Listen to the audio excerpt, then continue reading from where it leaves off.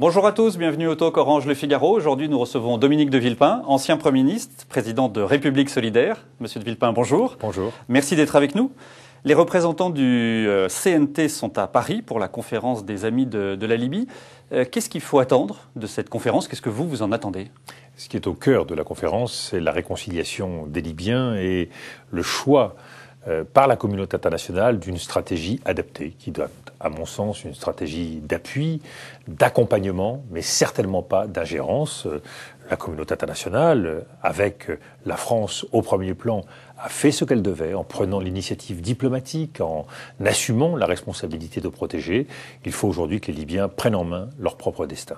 Vous avez discuté avec les émissaires des deux camps cet été. Est-ce que vous craignez un éclatement du CNT? On voit qu'il y a des tensions. C'est un risque. L'enjeu n'est pas seulement le rapport de force au sein du Conseil national de transition. Il faut que ce rapport de force évolue pour intégrer l'ensemble des forces, y compris celles qui viennent de prendre Tripoli.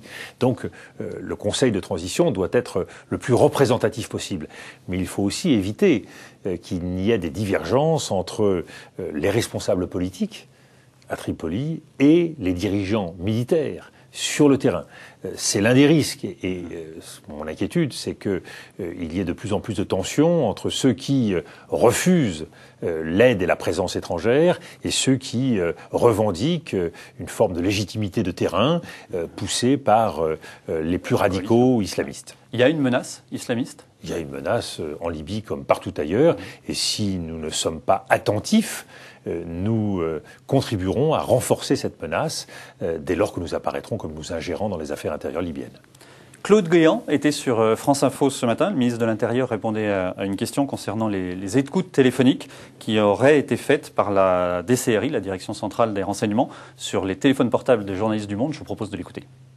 Il y a eu effectivement des repérages de communications téléphoniques, ce qui est tout à fait différent d'une écoute. Le repérage des communications ne permet pas de connaître la teneur de conversation. Il s'agissait de rechercher l'auteur de la divulgation présent à l'intérieur de l'administration de procédures judiciaires, ce qui est tout à fait scandaleux. Il s'agissait donc de rechercher l'auteur d'un dysfonctionnement administratif grave. Pour le reste, une plainte a été déposée par Le Monde. La justice nous dira ce qu'il en est. Alors, le ministre de l'Intérieur parle de repérage de communication téléphonique, Le Monde parle d'écoute.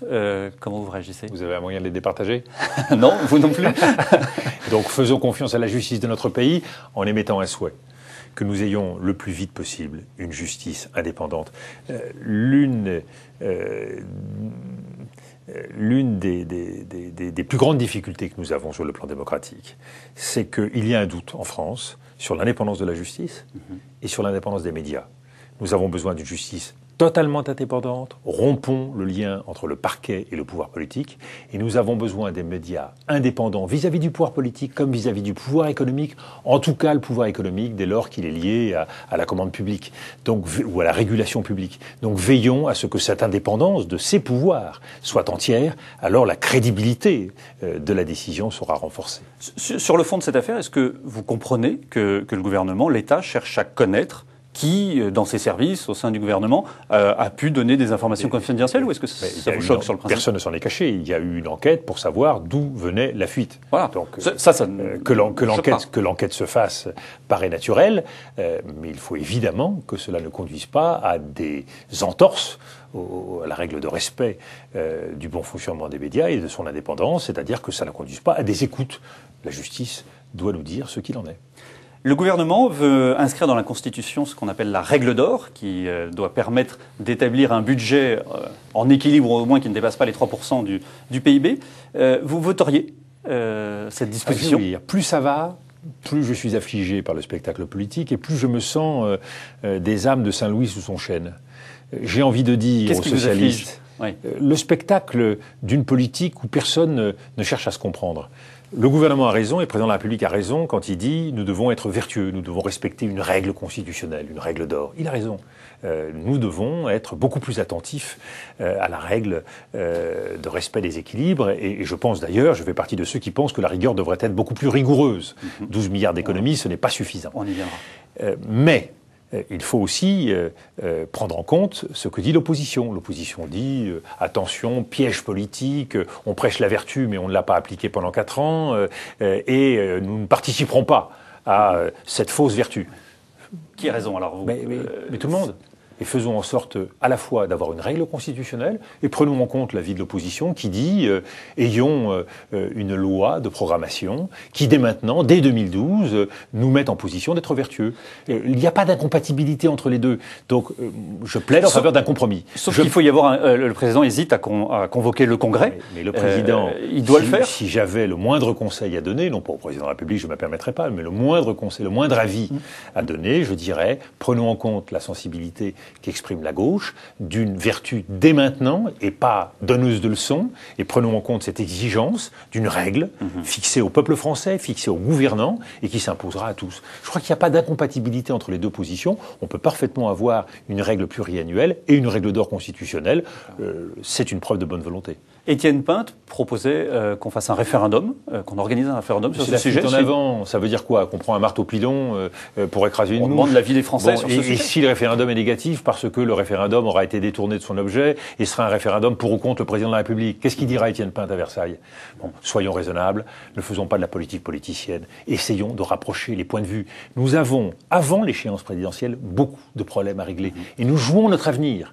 Donc, je souhaiterais que nous soyons tous, les uns et les autres, responsables, ne mélangeons pas les genres. La campagne présidentielle commencera au début de l'année prochaine, et vraisemblablement pas en janvier, plutôt en février. Entre-temps, nous avons la possibilité, sur des sujets essentiels, de passer un cap. Essayons de le faire avec bonne volonté. Alors justement, vous avez parlé récemment de sacrifices incontournables qui devaient être faits au lendemain du plan d'économie que le gouvernement a annoncé. De quel sacrifice vous voulez parler? C'est-à-dire que le plan ne va pas assez loin, il faut le plan ne va pas prévoir assez loin. des augmentations d'impôts. Je rappelle deux chiffres. Le plan du gouvernement sur 2 ans, c'est 12 milliards d'économies. Le plan que j'avais mis en œuvre quand j'étais Premier ministre, de 2005 à 2007, moins de 2 ans, était de 50 milliards. Et la situation financière de la France, en 2007, quand j'ai quitté Matignon, était la même que celle de l'Allemagne. C'est dire que nous avons laissé exploser la dépense publique. Alors face à cela, il faut être courageux. Et il faut donc agir et sur la dépense publique. Nous voyons bien, il y a supprimer beaucoup de niches fiscales que ce qu'ils ont supprimé. Écoutons ce que dit l'inspection des finances. L'inspection des finances, c'est pas des ozos, c'est des gens sérieux. Donc qu'est-ce qu'ils nous disent? Ils nous disent, il y a des marges. Explorons. Et explorons gauche et droite. Avec, là encore, le sens du compromis. Il n'y a pas la vérité d'un côté et l'erreur de l'autre. Et puis, du côté des recettes, du côté des impôts, il y a aussi la nécessité de prendre des mesures. L'effort de 200 millions ou 300 millions n'est manifestement pas suffisant. Je suis favorable à une nouvelle tranche de l'impôt sur les revenus. Qu'elle soit temporaire ou qu'elle soit durable, en tout état de cause, il y a une croissance des inégalités dans notre pays. Nous avons besoin de plus de justice sociale. Et si nous ne mettons pas en œuvre la justice sociale, nous aurons des conséquences beaucoup plus graves qui créeront un désordre que nous regrettons tous. Donc évitons cela. Dans le projet que prépare Bruno Le Maire, qu'il annoncera en partie samedi à l'université d'été de l'UMP, il ne prévoit pas d'augmentation d'impôts.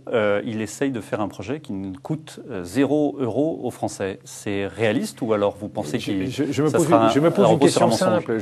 Moi, je comprends très bien qu'on ait envie d'être fidèle à ses promesses, qu'on veuille tenir sa parole. Mais est-ce que c'est vraiment crédible? Est-ce qu'il y a aujourd'hui un Français qui pense qu'on n'augmentera pas les impôts après 2012? Je ne le crois pas, personnellement. Et vous savez, moi, je pense que l'addition va être lourde, très très lourde.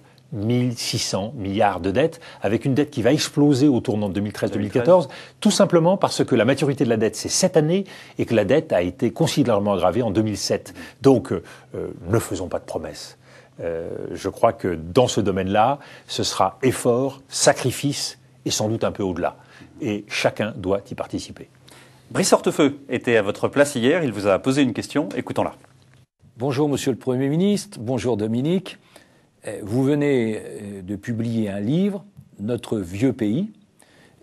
Peut-on être vieux et être capable d'optimisme? Vaste question, qu'est-ce que vous lui répondez? Il suffit de regarder nos aînés. Je pense que ceux qui sont le plus pleins d'optimisme, pleins de vie, pleins d'appétit, ce sont justement nos aînés. Oui, mais donc, vous, dans le livre, vous écrivez « Le monde nous menace et nous sommes impuissants ». C'est assez rare de vous voir pessimiste. Impuissant parce que nous ne prenons pas le bon chemin. Donc la première règle, quand on veut faire face à des difficultés, c'est d'être lucide. Il faut regarder en face l'effort que nous avons à faire. Et vous savez, je ne suis pas quelqu'un qui se démoralise facilement. Ce qui me démoralise, c'est l'indifférence, le cynisme et l'égoïsme. Face à l'exigence de lucidité, nous pourrons tout. La France l'a fait en 1914, la France l'a fait à travers la Deuxième Guerre mondiale. Nous avons été capables de sursaut. Nous serons capables de le faire aujourd'hui aussi, comme en 1958. Mais à condition... Vous ne croyez plus en l'homme providentiel, puisque vous dites aujourd'hui c'est fini. Moi, je dis clairement aux Français, nous avons besoin de vous. Et nous avons besoin de vous, non pas comme citoyens apeurés et passifs. Nous avons besoin comme citoyens debout, volontaires, exigeants. Nous avons besoin de tous les Français et aucun homme politique, aucune femme politique en France, ni de droite ni de gauche, ne peut prétendre aujourd'hui relever le défi seul. La seule bonne nouvelle de l'élection présidentielle de 2012, c'est si quelques responsables publics se mettent ensemble pour créer une équipe et aborder ensemble les problèmes. Sans quoi, les Français nous l'imposeront à travers une coalition, à travers une cohabitation.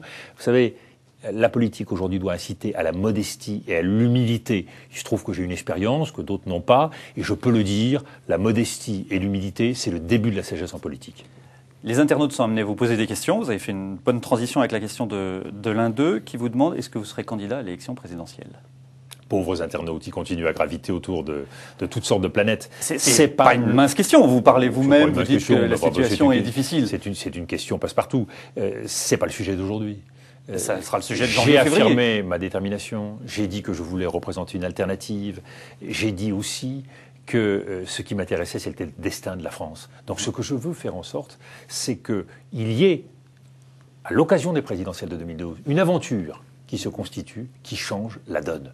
Vous savez, vous avez parlé tout à l'heure de regroupement de plusieurs hommes. Exactement. Mais avec qui vous pourriez mais avec ceux travailler avec ceux qui seront capables de regarder les choses en face et qui comprendront qu'à force de dire « et moi, et moi, et moi », non seulement on lasse les Français, mais on les dégoûte. La politique doit retrouver ses lettres de noblesse. Et les lettres de noblesse de la politique, c'est la générosité, c'est la capacité de don de soi et c'est le refus de toute ambition personnelle. Dominique de Villepin, merci d'avoir répondu à nos questions. À demain pour un prochain talk.